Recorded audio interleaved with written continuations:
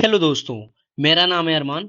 आज हम लोग शुरू करने वाले हैं ज्योग्राफी में ओशियनोलॉजी का एक चैप्टर है। बेसिक कह सकते हैं इसको, क्योंकि इसमें हम लोग शब्दावली को देखेंगे। महासागरीय क्षेत्र में मिलने वाले उच्चावच। नॉर्मली हम लोग पृथ्वी पे देखते हैं, सतह पे कुछ इस तरह का स्ट्रक्चर दिखता है तो हम लोग कहते हैं कि ये पर्वत है कोई। और वही अगर कुछ लैंड स्लैब में मतलब टेबल वाली स्ट्रक्चर में दिखती है हमें, तो कहते हैं ये पठार है। और कुछ खुला क्षेत्र है तो उसे हम लोग मैदान कह देते हैं। लेकिन ऐसा स्ट्रक्चर समुद्र में भी है, बहुत सारे स्ट्रक्चर हैं। और वहां से प्रश्न कुछ बन जाते हैं, जैसे कि कोई स्ट्रक्चर उसी में का दे दे। जैसे एक स्ट्रक्चर का नाम है एबिजल प्लेन। क्योंकि जो वहां पे मैदान होते हैं ना समुद्र में, उसे हम लोग एबिजल प्लेन बोलते हैं। तो एबिजल प्लेन का संबंध किससे है? ध्रुवीय क्षेत्र से है, मरुस्थल वाले क्षेत्र से है, नदियों से है, समुद्र से है। इस तरह से प्रश्न कुछ आ सकते हैं बेसिक इंफॉर्मेशन के लिए। तो आइए शुरू करते हैं। ये कॉन्टिनेंट है, मतलब ये स्थल है।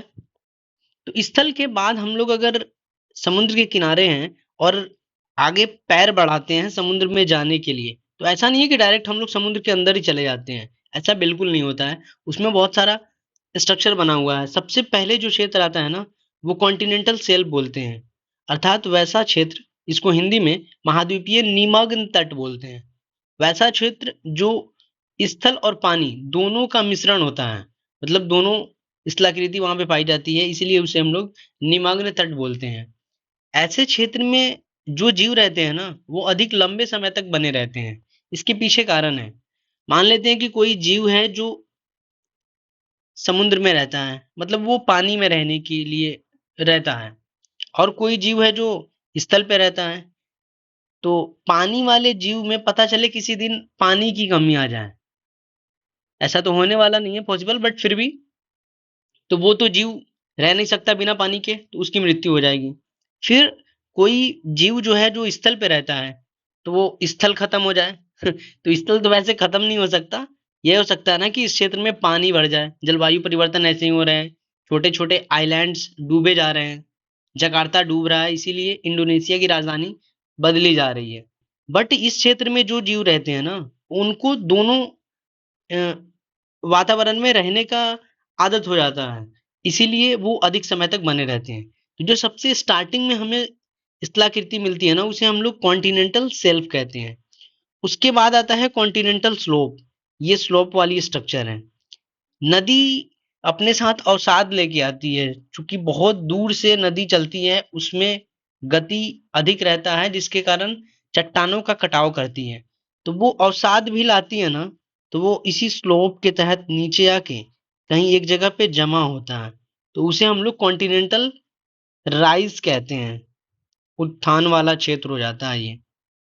उसके बाद पूरा मैदानी भाग आ जाता है। मतलब जिस तरह हम लोग मैदानी भाग देखते हैं ना, स्थल पे जहाँ पे कुछ भी नहीं होता, बहुत दूर तक पर्वत पठार कुछ भी नहीं होते, उसे हम लोग मैदान बोलते हैं। लेकिन जो वहां पे पाया जाता है ना, उसे हम लोग एबिजल प्लेन बोलते हैं। यानी समुद्र का जो मैदान होता है उसे एबिजल प्लेन बोलते हैं। नेक्स्ट है ये सी माउंट। कुछ इस तरह का स्ट्रक्चर रहेगा, इसे हम लोग सी माउंट बोलते हैं।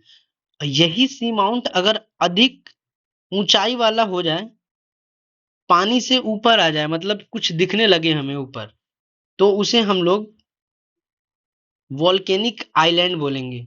क्योंकि ये आइलैंड बन गया ना, ये इसका इतना भाग ऊपर उठ गया, ये आइलैंड हो जाता है। तो आइलैंड बना किससे?